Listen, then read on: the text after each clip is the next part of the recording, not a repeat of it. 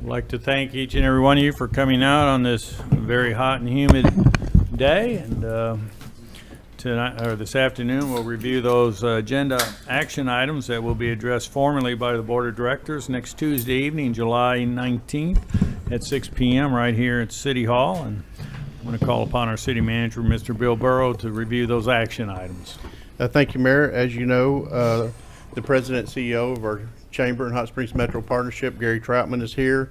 He'll have a report to give the board that he does every other month at the agenda, every other month at the board meeting. This month, I believe it's for today's meeting. So, Gary, if you want to come up and give your report. Thank you, City Manager Burrow. Before I get started, I'd like to recognize two very special guests today. Since you mentioned Chamber and Partnership, we've got the Chair for 2022 for the Chamber, Ms. Mary Curry, and the Chair for the Partnership, Mr. Todd Green. So we're glad to have them today. Welcome. And Mayor and Bill and Lance, as you know, we just saw each other a few hours ago, so I'll lead unconventionally, if I may, with what just happened. We just had the Metro Partnership annual banquet at National Park College, and our winners today for the Historic Preservation Champion was the Reserve across from Trevista and Oaklawn. Economic Development Leadership that Mayor McCabe won last year was won by Congressman Westerman for all his help in preserving the MSA status that we've had for many, many years, but we're in danger of losing last year. Downtown Trailblazer was Masson 226, Ike and Sonia Eisenhower's venture. I believe, Mayor, 2 or 3 doors down from you on Prospect. Yep. Very nice, neat New Orleans theme there. Our Economic Force winner was Resort TV Cable. I think their total expenditure was a little over $22 million in broadband and 1 gig service to the residences and part of their program. And then trending upwards was Fiber Pro. Fiber Pro was our big announcement last spring where we had the governor and Mike Preston and Congressman Westerman down out on East Grand. And our chairman's award went to Michelle Ratcliffe for her work in workforce education.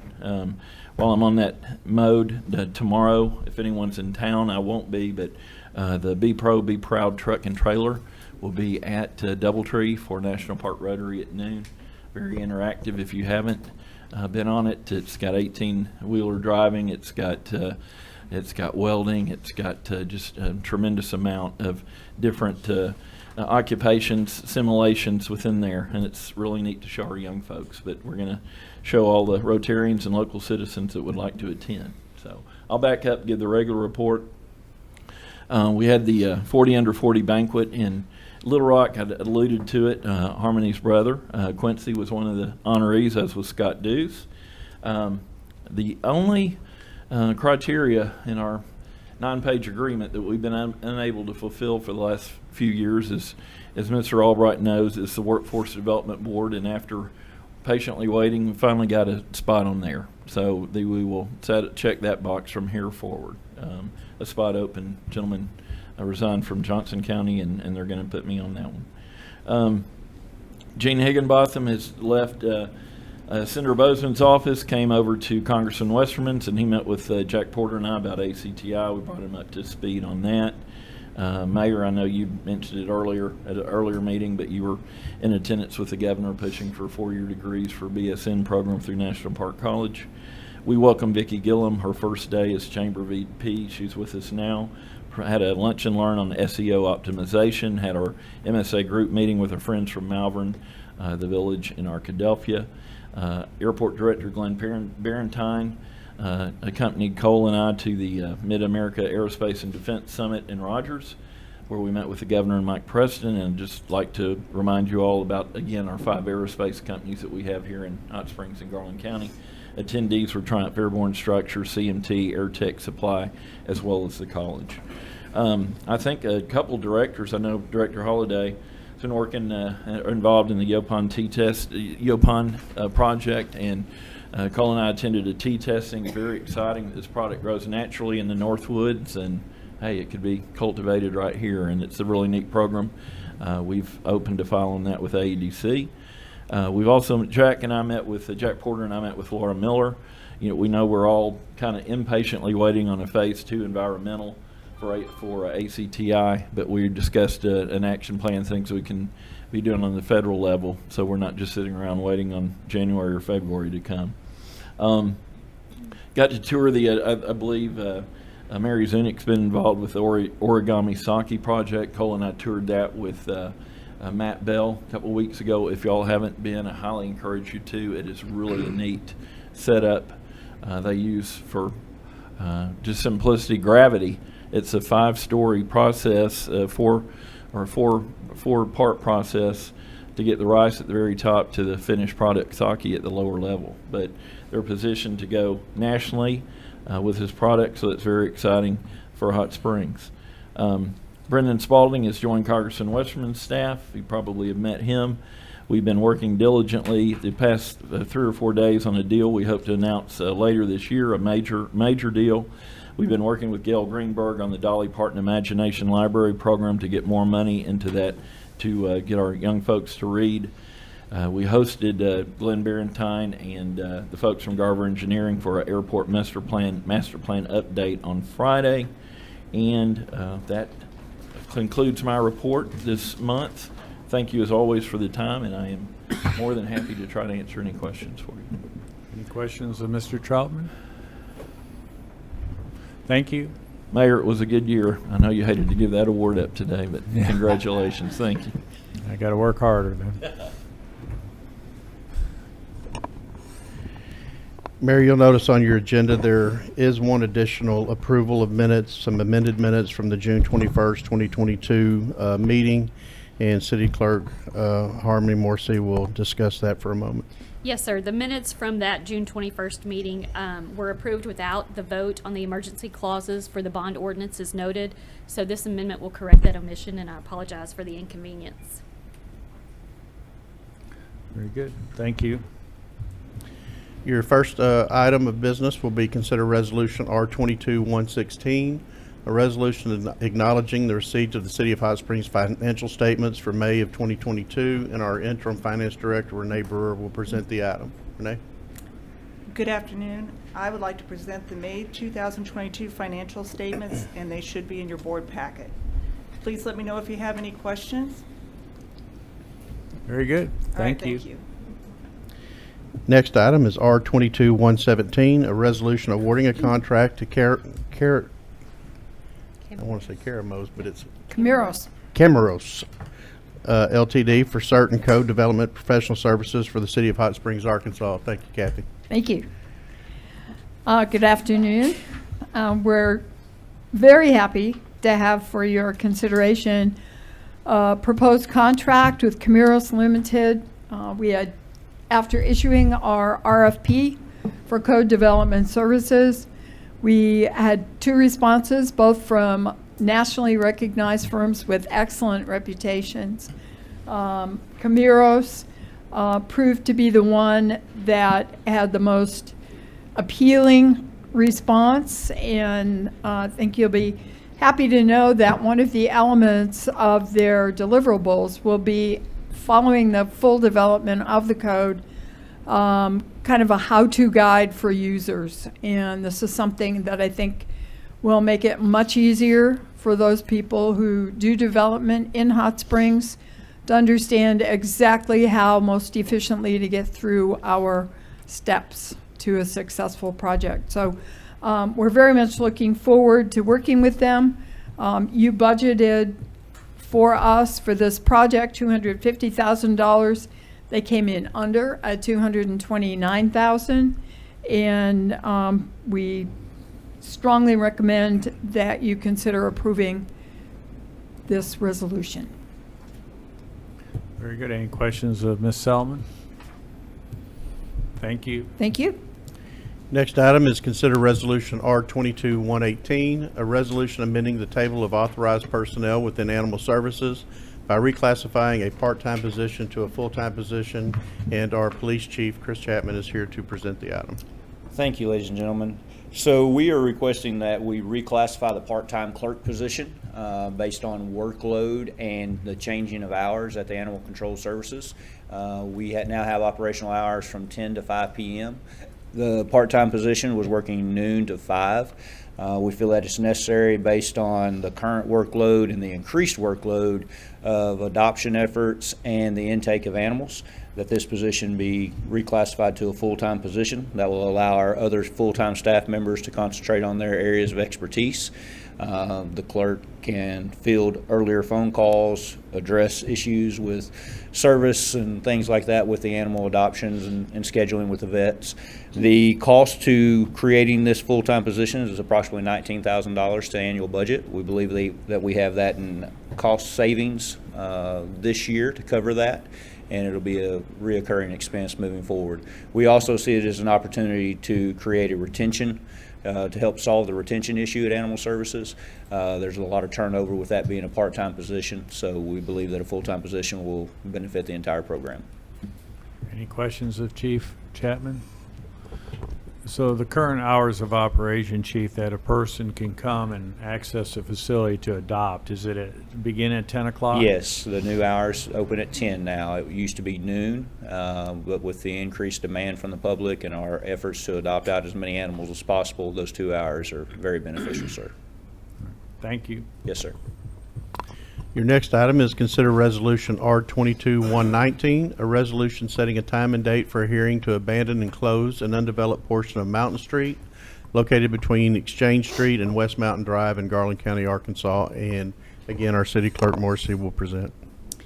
Thank you. The property owner is Ho-Chi-Town Mining Company, Inc. They're doing business as Grateful Head Pizza and Beer Garden. They filed a petition to vacate this undeveloped right-of-way. The National Park Service has indicated interest in joining in their request and will notify the city by next week if they will be doing so. The resolution before you sets the date for the public hearing that would occur on August 2nd. If you have any questions, I'm happy to answer them. I guess I'm trying to figure out where that is because I'm on that street the whole time. You're on Exchange, you make a hard right, come down on Mountain Street to Central, but there's a little spur that kind of goes straight. I just dropped a map up on your screen. So the right-of-way is highlighted. Mountain Street right-of-way actually goes all the way up to West Mountain Drive. So that's why the National Park Service has indicated that they might want to be included in the petition to vacate. The petitioner themselves, Ho-Chi-Town Mining Company, owns the properties on either side of the lower part of that's closest to Exchange Street. Does that make sense? So the So right-of-way this- would go right through Grateful Head Pizza's building, right? A portion of their Yeah. building is on the right-of-way, yes, sir. Okay. Never knew that was there. Huh. Well, thank you for the clarification. Yes, sir. Any other questions? So are they wanting the entire piece all the way up to West Mountain? Or is the Park Service wanting part of it and they want part of it? If The- it's a, go ahead. Sorry. The petitioner has requested to vacate the portion that abuts their property, and so the National Park Service has indicated that they could join in and then vacate that whole section going up to West Mountain, so the National Park Service would get that portion that abuts their property, and then Ho-Chi-Town Mining Company, Inc. would get that portion. Thank you. Next item is consider Resolution R22120, a resolution awarding a term contract to Midwest Infrastructure Coatings LLC for goods and services related to manhole and pump station wet well rehabilitation, and our Utilities Director, Monty Ledbetter, is here to present that item. Thank you, Mr. Burris. Yes, we're requesting awarding the term contract for manholes and wet well rehab to Midwest Infrastructure Coatings out of Kimberly City, Missouri. This is a 4-year, 4 extensions, 12 months extensions upon mutual agreement. As you know, just by reviewing the current wastewater master plan, we have over 12,000 manholes in the city of Hot Springs, and we have 84 wet wells in the city, and none of them are getting any younger. These are wet wells and manholes that are exposed to high levels of gas that develops in the system. especially the manholes that are close to pump stations. We see a lot of problems with those, a lot of infiltration, and this is a way to cure that. We'll coat these manholes, rebuild those manholes on the inside, clean them, and then coat them with an epoxy type coating that is gas resistant, so renewing the asset basically. So I guess that's it, unless you have any other questions. Any questions of Monty? Thank you. Next is consider ordinance O20, this is your first ordinance of the evening. Consider ordinance O2228, an ordinance approving an agreement with Symmetry Energy Solutions LLC for natural gas on-demand services pursuant to ACA 1458-104 and for other purposes. And again, Mr. Ledbetter. All right. Yes, staff is requesting approval for a 2-year agreement with Symmetry Energy Solutions LLC out of Houston, Texas, to provide natural gas on demand. Back a little background. In March of 2012, the Board of Directors approved the city to change from a regular customer of CenterPoint Energy to a bulk buying customer.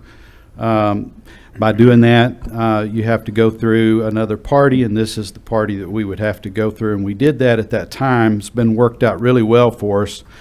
It's saved us an average of about $75,000 per year on our gas bills. So we use gas at a couple of different locations with this contract. One is the wastewater treatment plant.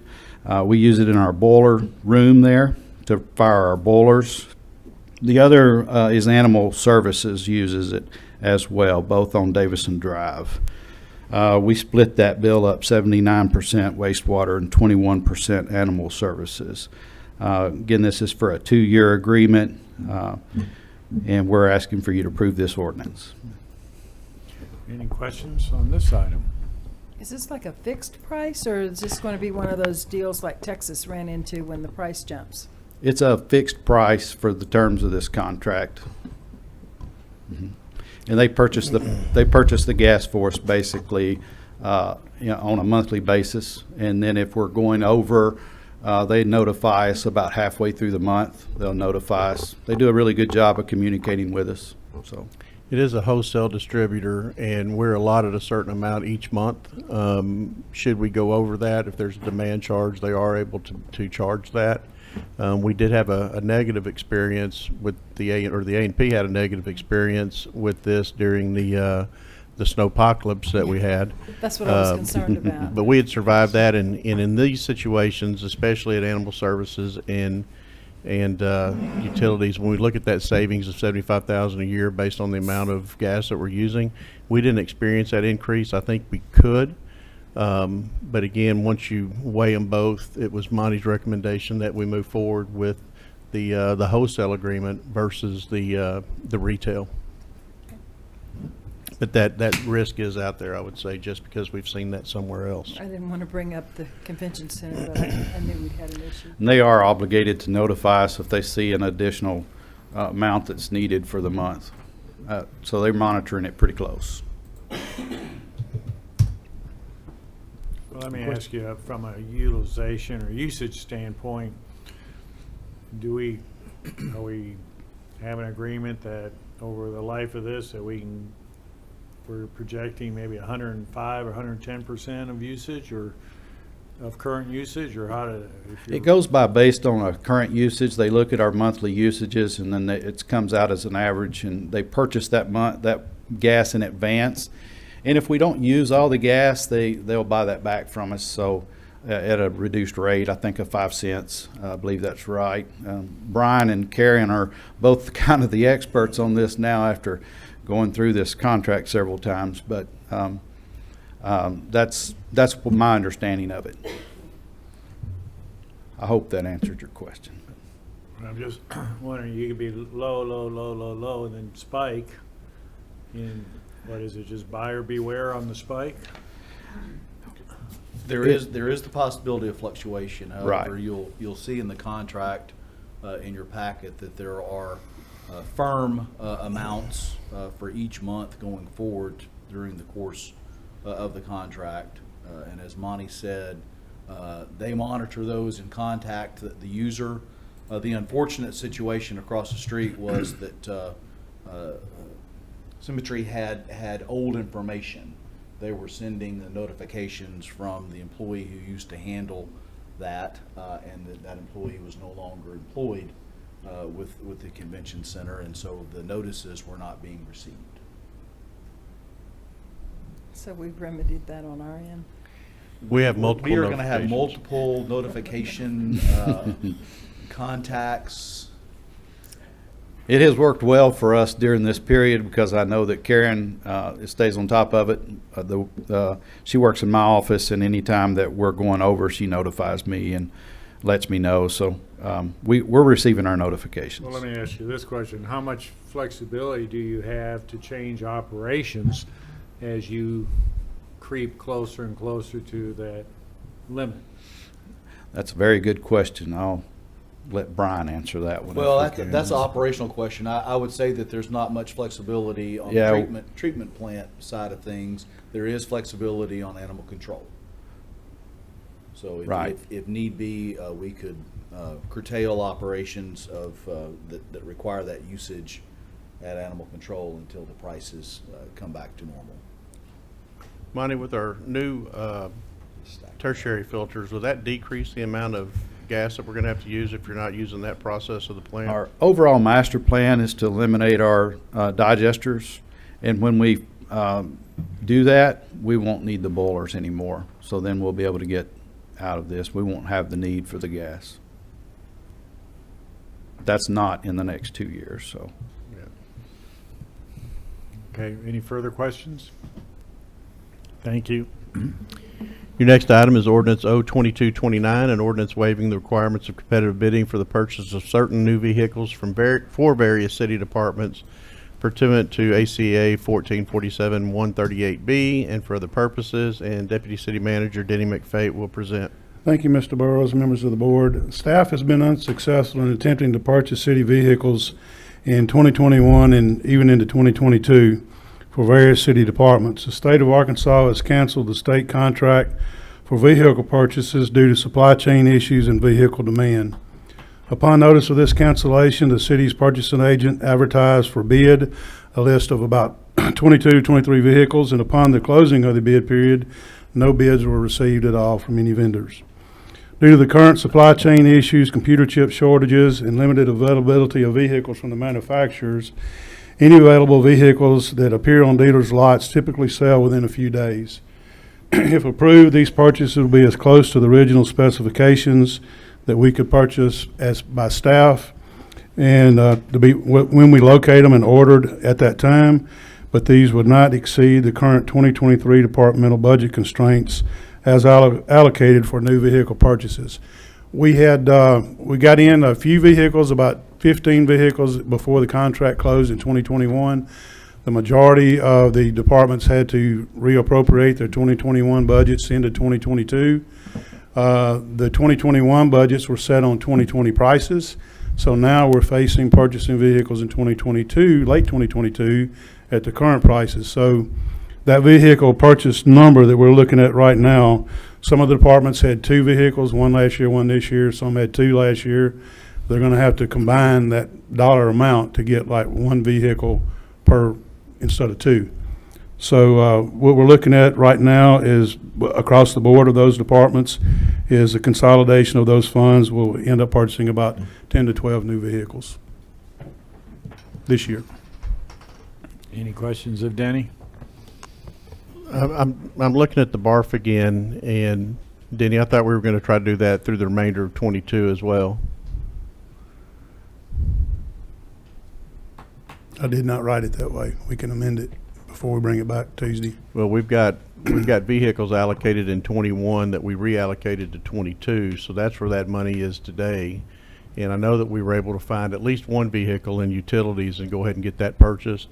So when we bring this to the board, it'll have current departmental constraints versus just 2023, because we need that flexibility through now and the remainder of the year when they come available.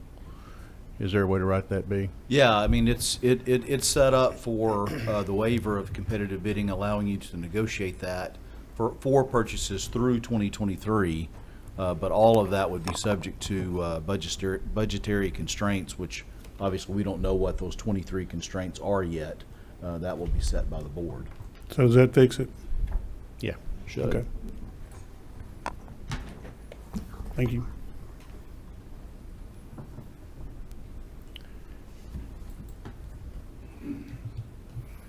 Your next item is consider ordinance O2230, an ordinance approving the purchase of a certain Kohler generator from RP Power LLC for the new water treatment plant pursuant to ACA 1458-10421 and for other purposes. And our project manager, Todd Pillar, will discuss this item.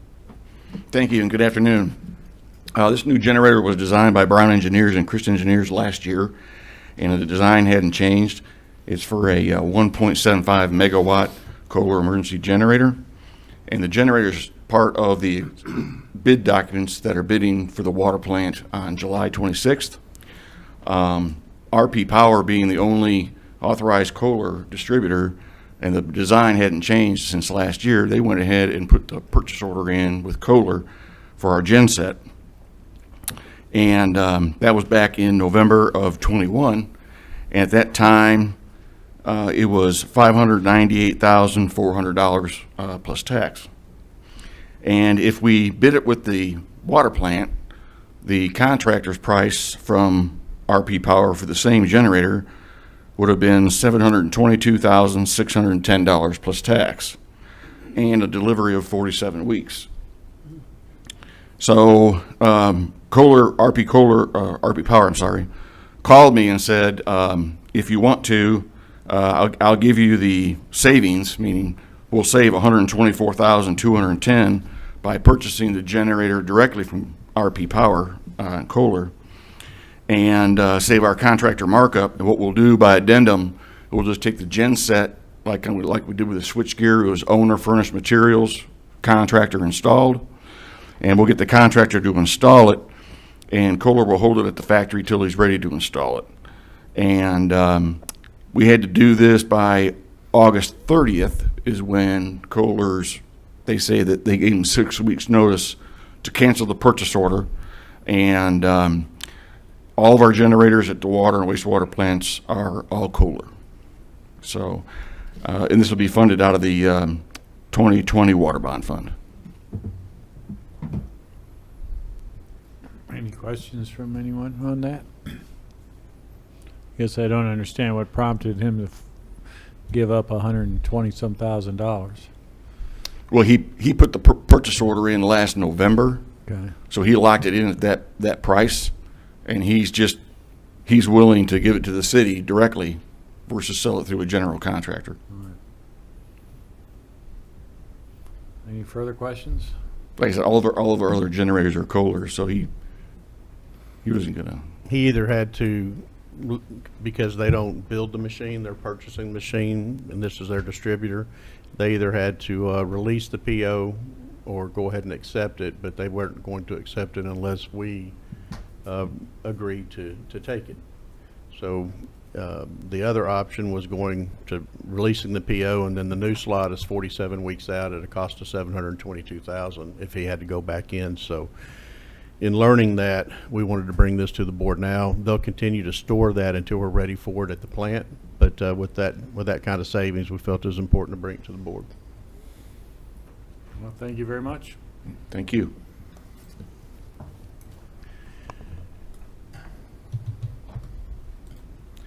Your last item for the evening is consider ordinance O2231, an ordinance authorizing a contract for services with High Impact Movement Incorporated pursuant to ACA 1458-10418 and for other purposes, and Deputy City Manager Lance Spicer will present this item.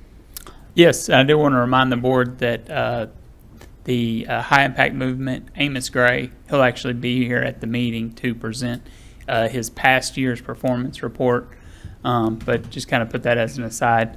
The request before you this evening is an extension of a current agreement that the city has with High Impact Movement that is led by Mr. Amos Gray.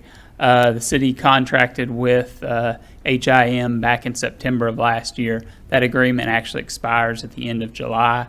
So the city is very pleased with Mr. Gray's success in the program and would like to extend the current agreement. It is, as City Manager stated, it's an ordinance to waive competitive bidding. Mr. Gray's program is the only one of its type in the city. What it is, it's an after-school summer program for young adults and children K through 11, and part of their program in itself is obviously educational, so you're talking about tutoring, life skills as well, teaching them. They have everything from job application to interviews to just generally how to be better citizens and students. So there are a number of performance measures that are within that agreement, and I don't want to steal Amos's thunder, but they have done a phenomenal job with that. The particular agreement is for $100,000. Agreement will begin August the 1st and carry us through July 31st of 2023. The payments will be in monthly installments, and obviously the program in itself, there's several things that are part of it, but obviously they are housed there at the Champion College there on Belding Street. That's the former Boys and Girls Club. The city years ago did have a very similar program when the Boys and Girls Club was in place. So with HIM, city is continuing this program just with a new name and a new face. And like I said, Mr. Gray will be here at the board meeting to present his performance report, which will also be in your packet as well. Very good. Any questions of Lance? I have a quick question. When we talked about this last summer, I remember Director Trustee asked specifically if we could have a mid-year report, which we didn't have that. Was that something provided to you guys that can also be in so we can kind of see what happened mid-year versus year-end? Say that again. When we voted on this last year, we had asked for a mid-year presentation report, and mid-year has come and gone. So We did receive one. I'll be glad to send that out to you, as well as this one that'll be in your packet for year end. Okay, because I'd like to see kind of where it hit mid-year versus year-end, because that's very different, school year versus summertime, that kind of stuff. In this program, it's really benefiting a lot of our underserved youth that we have in the community. He had 327 kids register through the program. They have an average daily attendance of about 100. One other thing to note in this contract, it is $100,000. $35,000 of that will come out of the 2022 budget, should it be approved, and the other portion will be contingent upon budget approval as we move into 2023, same as we did last year. Very good. Mayor, there are no other items for your business meeting next Tuesday night. That concludes. Okay, well, thank you very much, and appreciate everybody coming out to this afternoon's agenda meeting. These, I guess Bill indicated, these will be the action items that will be addressed next Tuesday at 6 p.m. at City Hall on Tuesday, July 19th. So enjoy the balance of your day. Thank you.